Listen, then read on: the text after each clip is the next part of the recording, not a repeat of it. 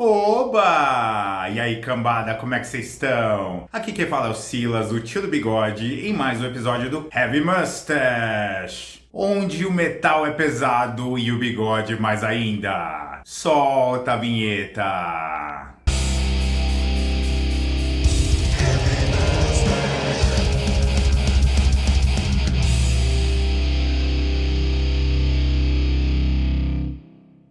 Antes de mais nada, se é a sua primeira vez aqui no canal, se inscreva, deixa aquele joinha pra fortalecer. Indique esse vídeo para todos os seus amiguinhos. Me siga nas outras redes sociais, elas estão aqui embaixo. E não se esqueça de ativar o sininho de notificações para ficar dentro de todas as bagaças que vai rolar aqui. E agora, sem mais delongas, bora pro vídeo.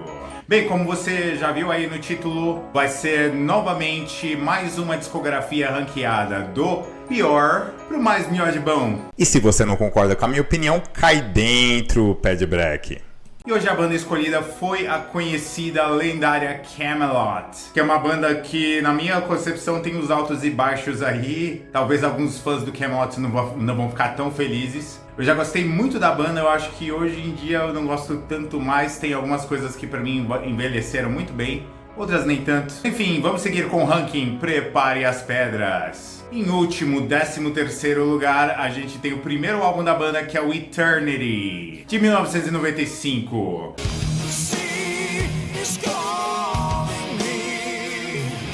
Ele tem a formação original da banda, que consistia com Mark Vanderbilt nos vocais. Basicamente é uma fase que ninguém lembra e a banda meio que quer esquecer, porque não tem nada a ver com o estilo que veio depois. Aqui temos um heavy metal mais melódico, os teclados aparecem ali de forma bem mais tímida. O Mark Vanderbilt tem um vocal que lembra muito Midnight do Crimson Glory, mas sem aquele carisma do Midnight. As composições são meio xoxas, o negócio é meio lento, mas eu consigo destacar Call of the Sea. Ela tem um riff bacana e ela tem um refrão que fica. Mas de resto, nhé. Em 12º lugar, o segundo álbum da banda, o Dominion, de 1996.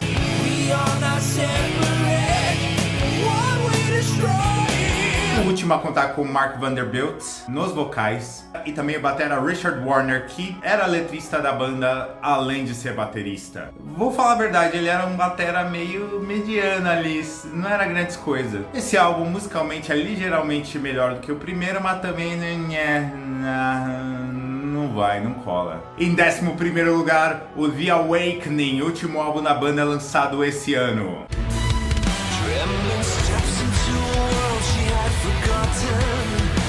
Que é, se eu não me engano, o quarto álbum a contar com o Tommy Karevik do Seventh Wonder nos vocais. E ele é o cúmulo do Ctrl-C, Ctrl-V. Eu tenho a teoria de que a partir de determinado momento o Kamelot virou uma banda meio chat GPT. Os caras vão lá no chat e digita componha um álbum do Kamelot e meio que o que saiu ali é o que os caras vão fazer. Sem inspiração, nem no piloto automático. Tem uma faixa que ela é continuação da Ghost Opera, faixa título de um álbum que eu vou falar depois. Mas não convence muito. Enfim, a produção tá lá, a timbragem tá lá, os músicos são bons, mas as composições em si não convencem. É meio que um pastiche do que os caras já fizeram anteriormente, sem tanta força. Provavelmente quem gostou desse álbum aí, desse lançamento, vai querer me crucificar agora, mas beleza, faz parte. 10º lugar, Siege Perilous, de 1998.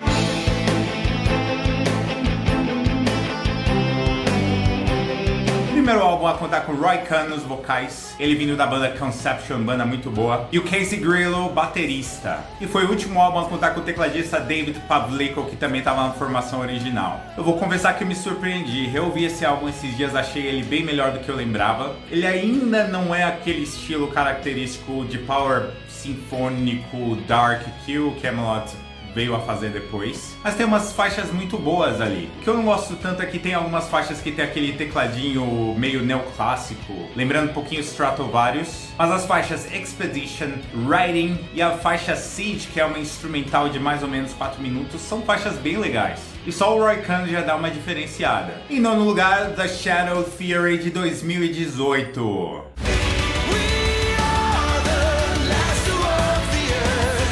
Terceiro álbum a contar com Tommy Karevik, ele já começa a ficar no chat GPT metal, começa a ficar meio irritante a partir daí. Eles começaram a adotar uma fórmula que meio que tá presente em tudo. Sempre tem que ter uma intro, começando com uma faixa mais speed com um bumbo duplo, aí depois tem que ter alguma coisinha de gutural. Meio que você consegue sacar o que os caras estão fazendo, pra onde que eles vão ir, fica meio monótono, fica meio previsível. Eu acho Burns to Embrace uma faixa legal, mas fora ela eu não consigo lembrar de alguma outra, talvez Kevlar's Skin, não sei. Ah, tem uma balada bonita agora que eu não vou lembrar o nome, acho que eu vou deixar aqui no vídeo, e conta com um dueto com uma vocalista feminina. No oitavo lugar a gente tem o Haven de 2015.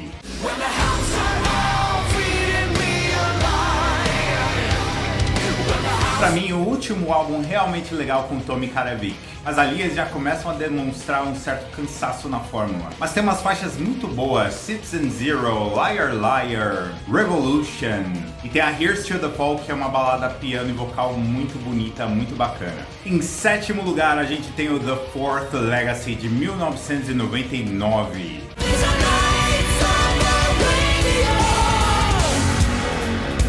Que é o quarto álbum da banda, o primeiro a contar com produção do Sasha Paeth, com Miro Rodenberg fazendo orquestrações e arranjos de teclado. Foram aquisições muito bem-vindas que deram toda uma dimensão nova no som do Kamelot. Dá pra dizer que a partir daí eles realmente se definiram e viram o que eles queriam fazer. E tem algumas das faixas mais legais e mais bonitas do Kamelot. Tem Nights of Arabia, que é muito legal, a faixa título, A Sailor Man's Hymn. Enfim, é um álbum muito legal e que envelheceu bem. Em sexto lugar, o primeiro álbum com Tommy Karevik nos vocais, que é o Silverthorn de 2012.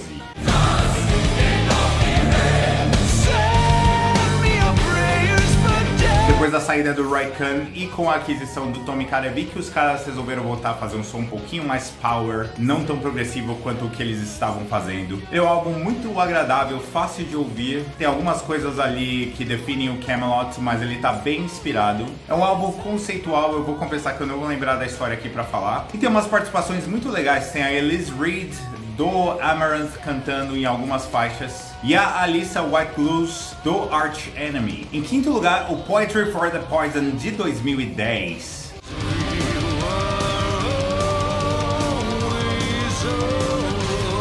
Último álbum com Roy Khan. Aqui eles estavam dando continuidade à pegada mais sombria, mais teatral e moderna, o que eles vinham fazendo nos últimos álbuns. Ele tá mais progressivo, um pouquinho mais viajado em partes, tá um pouquinho desconexo aqui, mas ainda assim tem umas faixas muito legais e a produção é excelente. Tem The Great Pandemonium, que é um clássico da banda, e conta com Bjorn Speed participando como vocalista, fazendo os guturais, ficou bem bacana. Outro destaque muito legal é uma faixa pouco comentada, se chama The Zodiac, que tem a participação do John Oliva. Ele faz uns vocais bem dramáticos ali, casando muito bem com os vocais do Roy Khan. House on a Hill também é uma balada muito bonita que novamente traz a participação da Simone Simmons do Epica. Enfim, eu acho ele um álbum meio injustiçado até, alguns fãs não gostam tanto dele, mas dê uma conferida, se você não gostou na época, talvez você mude de opinião hoje em dia. Em quarto lugar a gente tem o Ghost Opera de 2007.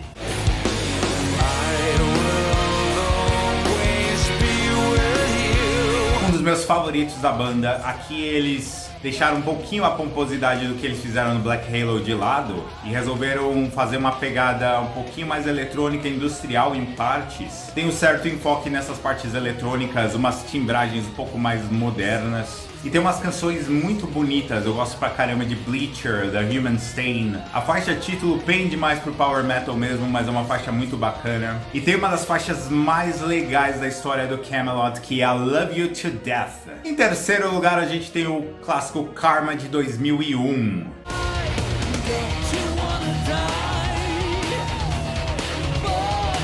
Talvez para alguns fãs o melhor da banda, talvez para alguns onde eles realmente se sobressaíram na cena, mas é um álbum clássico de power metal que envelheceu muito bem. Ele conta com a Forever, que é um clássico, apesar de eu achar que essa música meio que deu no saco. A faixa título é sensacional. Tem a Don't You Cry, que provavelmente é a balada mais bonita do Kamelot. Tem umas melodias de violão muito legais. Tem um apelo emocional muito forte por ter sido uma música composta pro falecido pai do Thomas Youngblood. E a interpretação vocal do Roy Khan bacana, essa música tá sublime. Fora a grande trilogia Elizabeth, que é sensacional. Em segundo lugar, outro grande clássico da banda, o Epica. You can't deny me, de 2003. Pra vocês terem uma ideia, inspirado nesse álbum foi que o guitarrista do Epica, esqueci o nome dele, deu o nome à banda. Aqui eles evoluíram o som do que eles tinham feito ali no Fourth Legacy do Karma, elevaram ele a outro patamar. Os arranjos do Miro estão sensacionais aqui. Ele é um álbum conceitual cuja história é inspirada no Fausto. É um álbum sensacional. Ele dá uma sensação que ele é meio longo por ter vários interlúdios ali no meio. Eu acho que umas 13 ou 14 faixas no total, mas eu acho ele bem fluido e fácil de ouvir. Outro álbum que envelheceu muito bem. Então tem Center of the Universe, que é clássica, Edge of Paradise, One Cold Winter's Night, Wonder, Descent of the Archangel também é uma faixa muito legal, infelizmente esquecida pela banda, nunca mais tocaram essa bodega ao vivo. Enfim, deem uma conferida. Em primeiríssimo lugar, The Black Halo de 2005.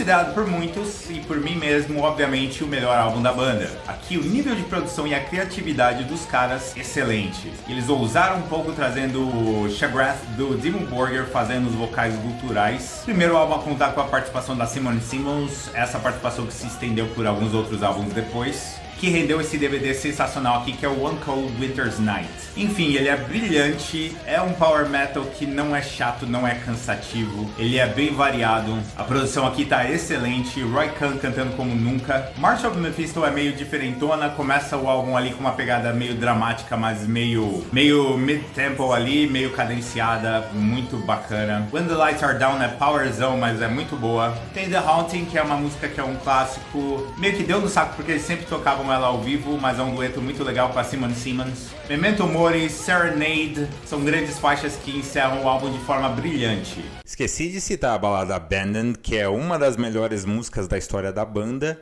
e também esqueci de falar que o conceito desse álbum é continuação do álbum anterior, o Epica. E conta também com a participação do Jens Johansson, tecladista ex-Malmsteen, Stratovarius, você sabe quem é, tocando solos de teclado nas duas primeiras faixas. Eu que hoje em dia não suporto muito power metal, de forma geral, ainda gosto bastante desse álbum. E assim se encerra o ranking de hoje. E aí, o que vocês acharam? Deixe nos comentários como seguir seu ranking, se você gosta da banda, me siga aí, dê um like pra fortalecer. E é isso, ficamos aqui por hoje. Falou, valeu, bye! Heavy Buster!